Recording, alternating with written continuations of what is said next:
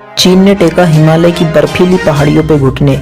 जी हां, आजकल भारत और चीन के संबंधों को लेकर कई तरह की बहस हो रही है। कुछ विशेषज्ञों का मानना है कि भारत को अपने राष्ट्रीय हितों को प्राथमिकता देते हुए चीन के साथ मजबूत संबंध स्थापित करने की दिशा में कदम उठाने चाहिए।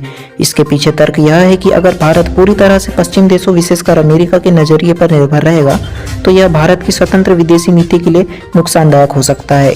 भारत और चीन दोनों एशिया की सबसे बड़ी आर्थिक शक्तियां हैं। भले ही सीमा पर तनाव रहा हो, लेकिन आर्थिक और रणनीतिक दृष्टिकोण से चीन के साथ अच्छे संबंध भारत की प्रगति के लिए आवश्यक हैं। चीन भारत का सबसे बड़ा व्यापारिक साझेदार है और इस संबंध में संतुलित तरीके से आगे बढ़ना भारत के लिए आर्थिक जरूरतों को पूरा करने में मदद कर सकता है। पश्चिम देशों, विशेषकर अमेरिका का अपना एक राजनीतिक और सामाजिक एजेंडा है जो हमेशा भारत के हित में नहीं होता है।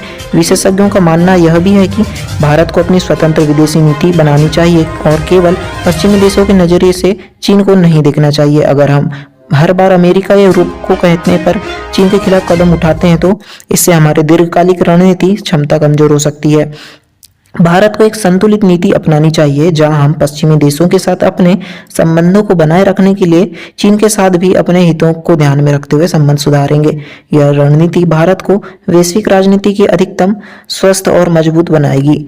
अंत में यह स्पष्ट है कि भारत को अपनी राष्ट्रीय प्राथमिकताओं को ध्यान में रखते हुए चीन के साथ संबंधों पर पुनः विचार करना चाहिए। पश्चिम देशों के दबाव में न आकर विदेशी नीति में कोई बदलाव करना हमारी प्रभुत्व के लिए हानिकारक हो सकता है। क्या यह भारत के लिए सही रास्ता है? आपकी राय क्या है? कमेंट में हमें जरूर बताएं। अगर आपको यह वीडियो जानकारी पूर्ण लगी होगी तो इसे लाइक शेयर जरूर करिएगा और इंडिया इनसाइट को सब्सक्राइब करना ना भूलें, ताकि आपको ऐसे महत्वपूर्ण मुद्दों पर हमारे अपडेट मिलते रहें। धन्यवाद।